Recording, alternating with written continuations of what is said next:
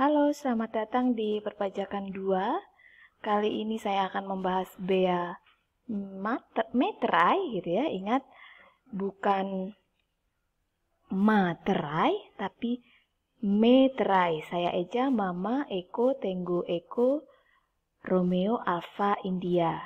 Bukan materai tapi meterai gitu ya. Sesuai Undang-Undang Nomor 13 Tahun 1985 gitu ya. Disebut juga Undang-Undang Bea Materai. Nah, perlu kalian ingat bahwa setelah UTS ini materinya semuanya gitu ya, saya ambil dari buku Perpajakan edisi terbaru 2018 terbitan Andi karangan Prof. Dr. Mardiasmo. Jadi mohon disesuaikan gitu ya. Nah, sesuai yang tadi saya katakan bahwa bea materai ini dasar hukumnya adalah Undang-Undang Nomor 13 Tahun 1985. Undang-undang ini sebenarnya adalah undang-undang bea ya, bukan undang-undang perpajakan begitu. Sehingga mohon dipisahkan antara pajak dan non pajak gitu ya. Kalau bea berarti dia termasuk non pajak. Nah, walaupun demikian penggolongan bea materai ini dikelola gitu ya, pengelolaannya ada di pusat gitu ya. Sehingga ya disebut pajak pusat gitu, sebenarnya dia bea gitu, bukan pajak ya, masuknya non pajak. Sehingga pengelolanya adalah DJP, Direktorat Jenderal Pajak.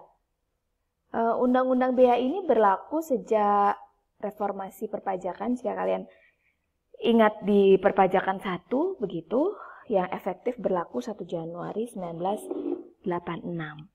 Kemudian peraturan pelaksanaannya, juknisnya, ada di PP Peraturan Pemerintah Nomor 7 Tahun 1995 gitu ya. Kemudian diubah menjadi PP, nanti kalian lihat ya PP-nya ya. PP terbarunya nomor 24 tahun 2000.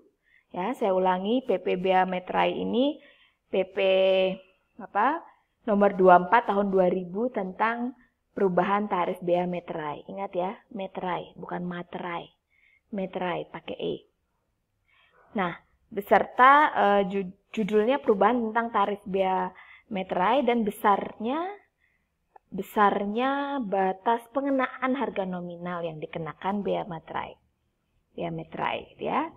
Nah, kemudian sampai sekarang ini tarif bea materai ini tetap, yaitu 6.000 dan 3.000. Nanti akan kita bahas yang 6.000 yang mana, yang 3.000 yang mana gitu ya.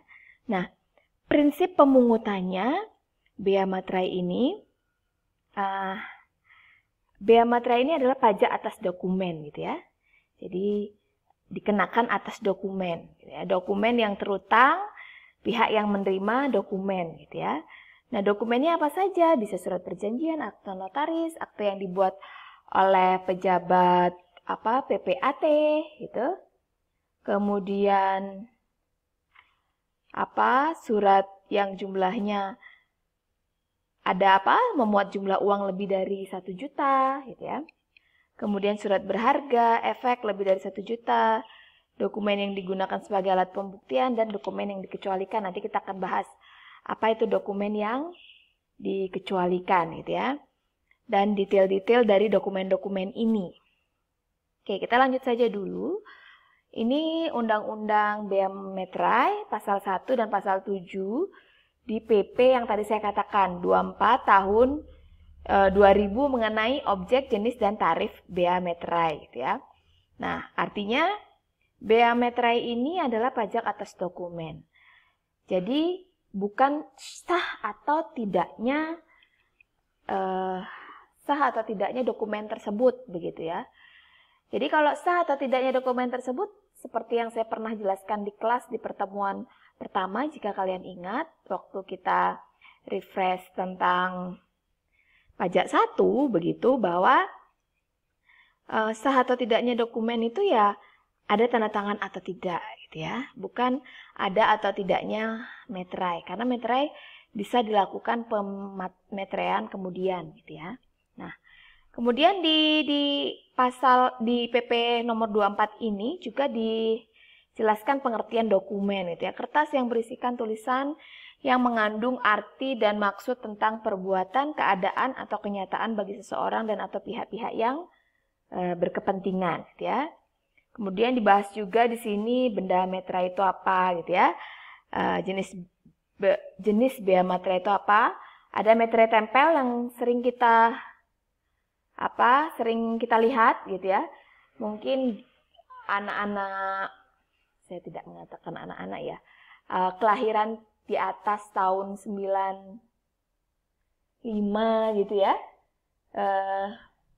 95 ke atas, taunya hanya materai tempel, jadi seperti perangko itu gitu ya. Namun ternyata ada materai kertas gitu yang dikeluarkan oleh pemerintah Republik Indonesia.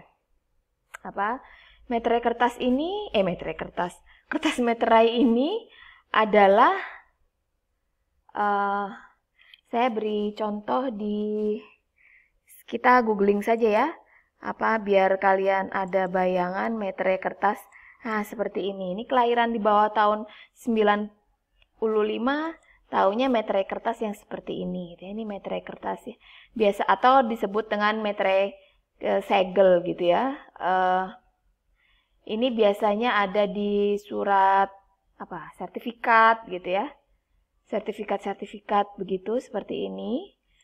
Nah, kemudian ada materai teraan. Materai teraan ini biasanya materai teraan itu digital gitu ya. Perbankan biasanya pakai ini.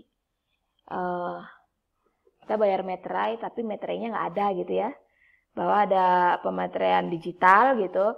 Asuransi juga biasanya pakai materai teraan gitu. Nah, ini materai digital. Nah, tadi materai tempel yaitu materai seperti perangko itu yang ditempel. Kemudian materai kertas materai tadi saya sudah tunjukkan, kita googling saja. Dan materai teraan. Tarifnya 6.000 dan 3.000 masih sama. Nanti kita akan bahas yang 6.000 yang mana, yang 3.000 yang mana. Kemudian masih di PP 24 ini bahwa di sana juga didefinisikan gitu ya. Tanda tangan adalah tanda tangan sebagaimana lazimnya dipergunakan gitu ya. Termasuk pula paraf atau cap tanda tangan, cap paraf dan lain sebagainya pengganti tanda tangan gitu ya. Kemudian ada istilahnya di sana juga pemateraian kemudian. Suatu cara pelunasan bea materai yang dilakukan oleh pejabat atau pejabat pos atau pemegang dokumen gitu ya, jika belum dimaterai dokumennya belum dimaterai gitu ya. Jadi pajak atas dokumennya ya. Boleh pemateraian kemudian, artinya seperti itu. Jadi bukan sah atau tidaknya gitu ya. Nah, dikenal juga dilakukan oleh pejabat pos pemateraian kemudian. Pejabat pos itu siapa gitu ya? Ya, pejabat PT Pos dan Giro yang memang diserahi tugas melayani pemateraian kemudian gitu ya. Nah, sekian dulu video yang pertama. Saya batasi kurang dari 10 menit biar agak ringan begitu ya. Kita akan lanjutkan di video berikutnya. Terima kasih.